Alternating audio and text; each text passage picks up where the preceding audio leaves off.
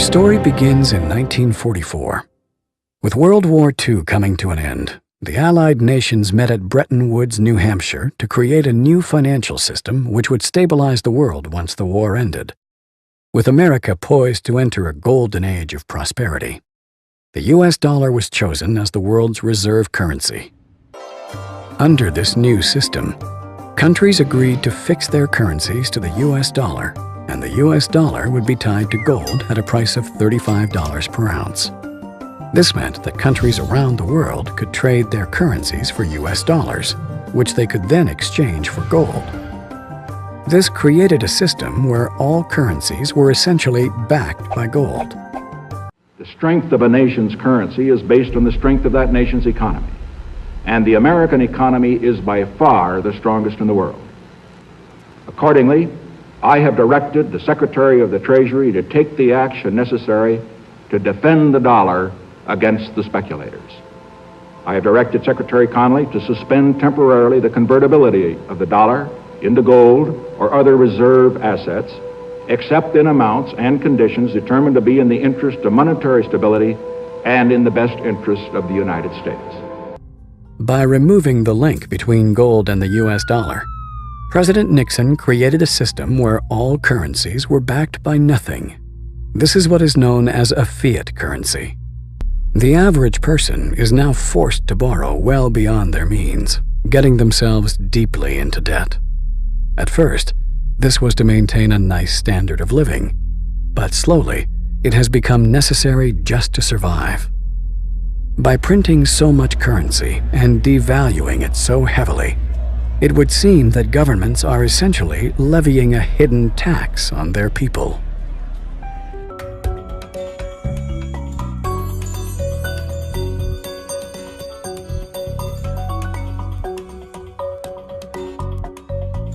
There have been dozens and dozens of currency collapses since the end of the Second World War, and they all result from the same thing, bad policies, bad management. And the U.S. right now is pursuing bad policies. Central bank is doing a bad job managing their currency. And as a consequence, it's inevitable that the dollar is going to collapse. It's on this road that I call the fiat currency graveyard.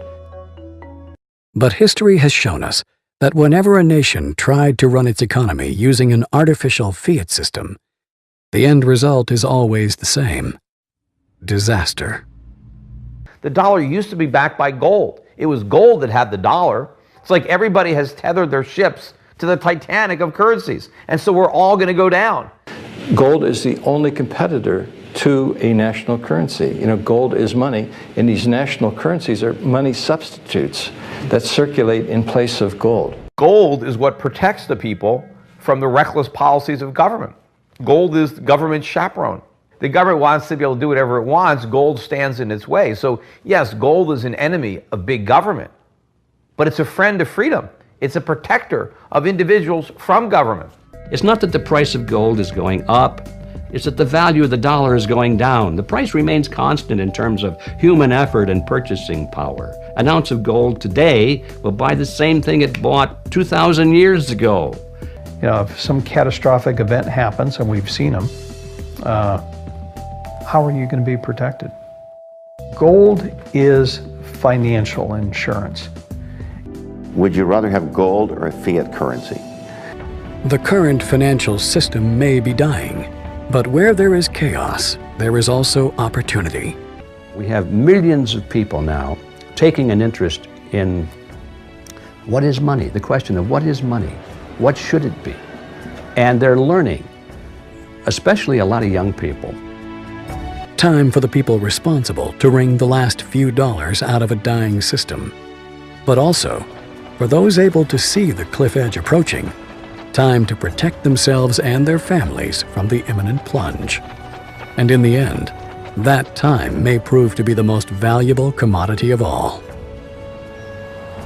There are these brief moments in history where the safe haven asset for the last 5,000 years simultaneously becomes the asset class that has the greatest single potential gains in purchasing power.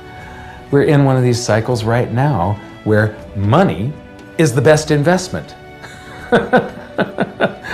Get out of currency, buy money, and you're probably going to be able to buy a whole lot more stuff later. Don't let the banks and the brokerage houses and other people guide all of your decisions. Find out what's going on for yourself. Empower yourself.